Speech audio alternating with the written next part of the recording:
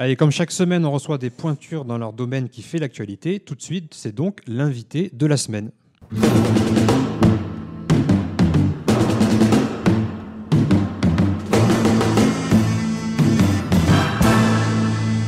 Alors, il est membre du Rassemblement national, très populaire sur les plateaux et les réseaux sociaux. D'ailleurs, c'est la deuxième fois qu'on l'invite et on le remercie. C'est Jean Messia. Bonsoir. Bonsoir monsieur, merci pour votre invitation. Merci à vous. Alors, vous êtes né en Égypte en 1970 et vous avez été naturalisé français en 90. Alors, je le précise car c'est important pour la suite de l'histoire. On vous a invité car vous êtes en ce moment au cœur d'une polémique qui ne finit plus. Le 21 février, vous étiez sur le plateau de Balance ton poste chez Cyril Hanouna face à l'humoriste Yacine Bellatar. On écoute un petit best-of. Jean Messia, tu l'auras pas dit au FN, Messia. Alors mais bonjour. t'es un raciste de me dire ça. Bonsoir. T'es un raciste de me dire Bonsoir, mes Jean. origines. Hein? Tu me renvoies à mes origines. Non, ton visage Donc le fait très bien. Donc tu me considères pas. Monsieur Yacine Bellatar dit que j'ai une tête de chameau, que j'ai une tête de bougnoul et une tête d'arabe. Attends, t'es obligé de porter un pins de la France pour qu'on sache que t'es français. Je te jure, si t'avais pas le pins, Ben non, parce que tu ressembles à mon cousin du bled. mais c'est encore raciste. Mais ce c'est que pas tu dis. raciste. Bon, alors après cette émission, Jean Messia, vous avez produit un tweet dans lequel vous interpelliez la LICRA et SOS Racisme, et la réponse n'a pas tardé. Cher Jean Messia, je pense que la LICRA sera heureuse de se constituer auprès de SOS Racisme afin de mettre fin à l'odieuse comparaison entre vous-même et un chameau. Cette comparaison est infamante pour les chameaux. Soyez certains que nous ne laisserons pas passer. Bisous. Cette réponse est signée Dominique Sopo, le président de SOS Racisme, qui s'est immédiatement fait tomber dessus. Il va falloir que SOS Racisme nous explique la définition du mot racisme. Ça, c'est Jean-Michel Apathy. Vous êtes devenu dingue. Vous avez décidé d'aider le RN à parvenir au pouvoir, Éric Nolot. Et enfin, le député LR Julien Aubert, qu'on a eu aussi dans l'émission, qui demande qu'il s'excuse, qu'il se reprenne ou qu'il démissionne. Alors d'ailleurs, je le précise à nos auditeurs, on a essayé d'inviter Dominique Sopo pour réagir lui aussi sur cette histoire dans l'émission, mais sans réponse pour le moment. Donc voilà, je le précise juste. Donc Jean Messia, pourquoi cette association antiraciste n'a d'antiraciste finalement que le nom, d'après vous? En fait, ça s'appelle pas. On découvre, si vous voulez, cette histoire, ça ne s'appelle pas en réalité SOS Racisme, mais SOS Raciste, au pluriel. Parce qu'en fait, si vous voulez, jusqu'à présent, l'étendard antiraciste était utilisé dans une certaine configuration politique qui voulait que le raciste soit un mâle blanc de 50 ans, pour reprendre les propos du président de la République, et la victime de racisme soit nécessairement un représentant d'une minorité opprimée, noire, africain ou maghrébin. Et là, si vous voulez, lorsque la France prend le visage d'un Français assimilé, en fait, on découvre que le combat que mène SOS Racisme n'est pas un combat contre le racisme, c'est un combat contre la France. C'est-à-dire que c'est un combat qui va davantage, je dirais, accabler la France en permanence, mais lorsque la victime de racisme est un Français assimilé, cette haine de la France qui jusqu'ici était obombrée vient au grand jour suite à un gigantesque bug en fait. Pour revenir, la réaction de Sopo, oui, c'est la réaction d'un bug dans le système. On va y revenir après, mais pour revenir plus précisément sur l'affaire Yacine Bellatar, il paraît que depuis ça, vous n'arrêtez pas de vous faire insulter.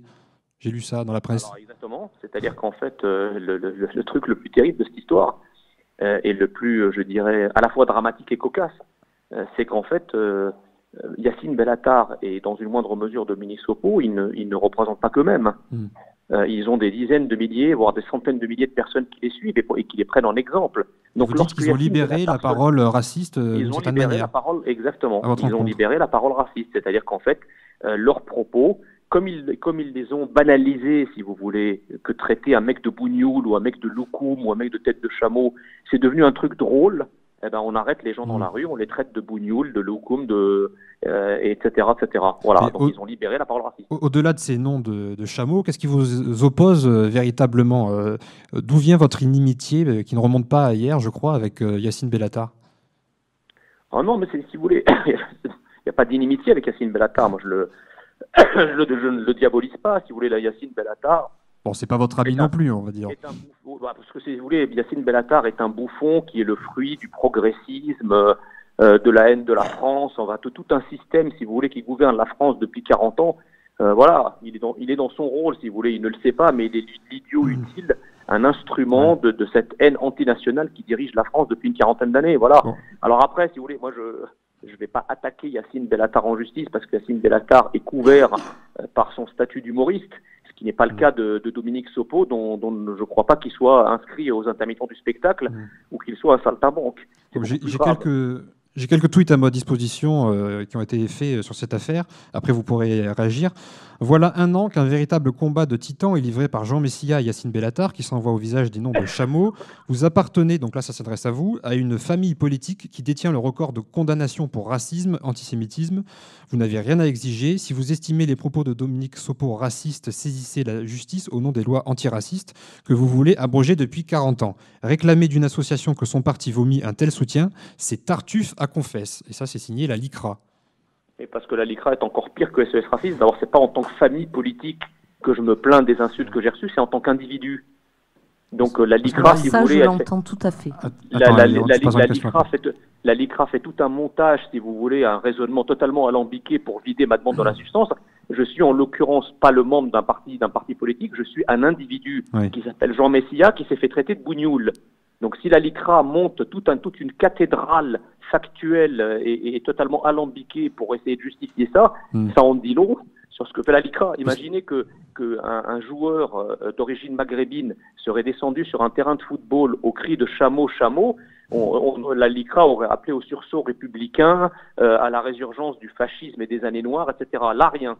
Il construit un raisonnement pour justifier que j'ai droit à rien. Oui, puisque là, en l'occurrence, ce qu'ils vous reprochent, c'est que comme vous faites vraisemblablement, selon eux, partie d'un parti de racistes, vous n'avez pas le droit à être défendu et à oser réclamer le droit à ne pas subir de racisme. Moi, d'abord, encore faut-il démontrer que j'appartiens à un parti qui est un parti raciste. Je suis moi-même d'origine étrangère. Vous avez rappelé ma trajectoire tout à l'heure. Ça m'empêche pas d'être l'un des visages les plus vus et les plus visibles du Rassemblement national. Si le Rassemblement national était un parti raciste, il ne laisserait certainement pas un visage comme le mien le représenter sur les plateaux de télévision et sur les réseaux sociaux. Donc à un moment, il faut être cohérent. Et puis depuis quand deux erreurs font une vérité? À supposer que je sois moi-même raciste. Mais eux prétendent qu'ils ne le sont pas. Oui. Alors pourquoi vous croyez qu'en étant raciste avec un raciste, ça les exonère? C'est quoi ce raisonnement débile? Bon, je laisse la parole au chroniqueur Christine. Oui, non, je disais que j'entendais tout à fait dans le fait d'avoir été insulté en tant qu'individu. Et c'est ça qui me choque, effectivement. Qu'on ne peut pas, pour moi, attaquer quelqu'un pour sa couleur de peau, pour son origine, ça c'est inconcevable. Et effectivement, pour moi, ça, c'est du racisme. Et sur les propos de Dominique Sopo, plus précisément, j'ai lu ses propos tout à l'heure, je les ai plus en tête, mais de la LICRA, qui dit en gros que la comparaison entre un chameau et Jean Messia, c'est infamant pour les chameaux. Est-ce que de la part du président d'SOS Racisme, c'est pas un peu limite? Ça, c'est vraiment une insulte individuelle. Et ça, ça peut s'apparenter au racisme, effectivement. Et je trouve ça même grave. C'est plutôt ces propos-là que je condamne. Moi, je trouve qu'il y a deux histoires là-dedans. Ce qui est terrible, c'est la réaction de... Alors, quand vous voyez qu'à Jean-Michel Apathy, vous avez rappelé sa réaction, qui n'est pourtant pas connu pour être un membre bienfaiteur du Rassemblement national, ça ne vous a pas échappé. Il a lui-même appelé à la démission de Dominique Sopo. C'est-à-dire qu'en fait, Dominique Sopo et la LICRA ne peuvent pas se farder derrière l'humour, ou derrière, etc. Il est avéré que leurs propos ont eu une onde de choc qui a quand même scandalisé bien au-delà du Rassemblement national et parfois même, il faut leur rendre hommage à des opposants politiques, à des opposants médiatiques. Donc l'affaire a pris des proportions parce qu'effectivement, le fait que vous soyez président de SOS Racisme ne vous exonère pas de faire attention à ce que vous dites. Alors, le journal Libération est le seul à avoir fait une tribune en disant non, mais finalement, c'est pas du racisme, c'est juste du mauvais goût. Le même journal Libération qui avait applaudi des deux mains lorsque Jean-Marie Le Pen avait été condamné en 97 pour avoir traité Fodé Silla de gros ébus fous. Donc vous voyez, c'est deux poids, deux mesures qui est absolument insupportable. Excusez-moi, moi je voudrais intervenir. Donc donc effectivement, ces propos qui ont été tenus sur le plateau de Cyril Hanouna sont inadmissibles. Hein, donc là, la question ne se pose même pas. Le problème, c'est que dans le public, beaucoup de monde riait. On l'a entendu de l'extrait tout à l'heure. Mais parce qu'effectivement, Oui, voilà, on est chez Hanouna, déjà d'une. De deux, comme voilà. c'était sur le ton de l'humour, ça passe. Voilà, comme c'était sur le ton de l'humour, ça passe. Moi, effectivement, je vais vous dire, le tweet de Dominique Sopo m'a dérangé. Et pour vous dire, je suis adhérente d'SOS Racisme et m'a dérangée. Et je pense que je ne suis pas la seule parce qu'on a été beaucoup à intervenir. Donc, effectivement, mettre après tous les militants et les sympathisants d'SOS Racisme dans le même sac, c'est dommage. C'est dommage, parce qu'effectivement, ce n'est pas parce qu'une personne a tenu des propos que tout le monde pense la même chose. Je dirais, comme on a dit tout à l'heure sur le débat, toute personne doit être défendue, même si la personne, elle est au Rassemblement national. Parce qu'effectivement, on peut être noir et raciste, on peut être arabe et raciste. Le racisme n'est pas une couleur, ça ne correspond pas qu'à une couleur de peau. Voilà, ça c'est ce que je voulais dire. Jean Messia. Je crois que madame a parfaitement raison. Comme je disais tout à l'heure, 2 erreurs ne font pas une vérité. Voilà, eux, il ne suffit pas, si vous voulez, de diaboliser l'adversaire pour se justifier, pour justifier des propos qui sont construits non pas sur une réalité, mais sur une image. Voilà. Quand Jamila vous dit que vous mettez dans le même sac le dirigeant d'SOS Racisme et ses militants qui n'ont pas forcément les mêmes dérives, qu'est-ce que vous en pensez ?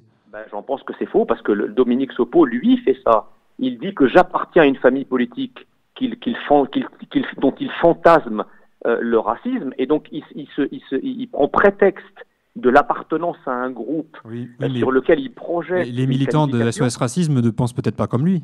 Peut-être pas tous comme lui. Mais moi quand j'ai décidé et j'ai annoncé sur Twitter, même s'il représente, je porte plainte contre Dominique Sopo, le président de SOS Racisme, mais en même temps c'est le président de SOS Racisme. Oui. Ça aurait été donc ça veut dire que si demain il y a une personne du Rassemblement national qui est condamnée pour racisme, ça sera normal que vous soyez condamné pour racisme. C'est la même chose. Alors que vous dites, moi je ne suis pas raciste et mon mouvement ne l'est pas. Sinon, je ne serais pas à la tête. Le cas s'est déjà présenté, puisque en 2013, souvenez-vous, c'était pas il y a si loin, une obscure conseillère municipale de notre mouvement avait tenu des propos particulièrement choquants et scandaleux à l'égard de la garde des Sceaux de l'époque, qui était Christiane Taubira. Elle avait été exclue séance tenante par le Rassemblement national, et elle avait été condamnée dans la foulée par la justice. Alors, vous voyez, moi je ne reproche pas à une organisation d'avoir des brebis galeuses. Quand vous avez une organisation où il y a plusieurs milliers, plusieurs dizaines de milliers de personnes, vous ne pouvez pas contrôler tout le monde. Par contre, vous êtes jugé sur votre vélocité à punir, à sanctionner des comportements inacceptables. Là, en l'occurrence, pour SOS Racisme, que Dominique Sopo ait tenu ses propos, c'est sa responsabilité. Je veux bien penser qu'il ne représente pas l'ensemble de SOS Racisme. Mais si SOS Racisme le garde et qu'il ne entreprend aucune sanction vis-à-vis de lui, ça veut dire que SOS Racisme cautionne les propos de Dominique Sopo. Est-ce que SOS Racisme aura le courage de virer Dominique Sopo? Est-ce que la justice aura le courage de le condamner, comme ce fut le cas pour notre conseiller régional, dont d'ailleurs à l'époque tout le système médiatico-politique s'était soulevé en disant que cette petite conseillère municipale locale d'un bled que personne ne connaissait suffisait pour dire que tout le Rassemblement national était raciste. Oui, il y a un deux poids deux mesures, ce que vous voulez dire. Oui. Bon, et donc vous nous dites que ce soir vous allez porter plainte contre Dominique Sopo? Oui. D'accord. Bon, merci Jean Messia. Merci d'avoir accepté notre invitation. Je vous en prie, merci pour votre invitation.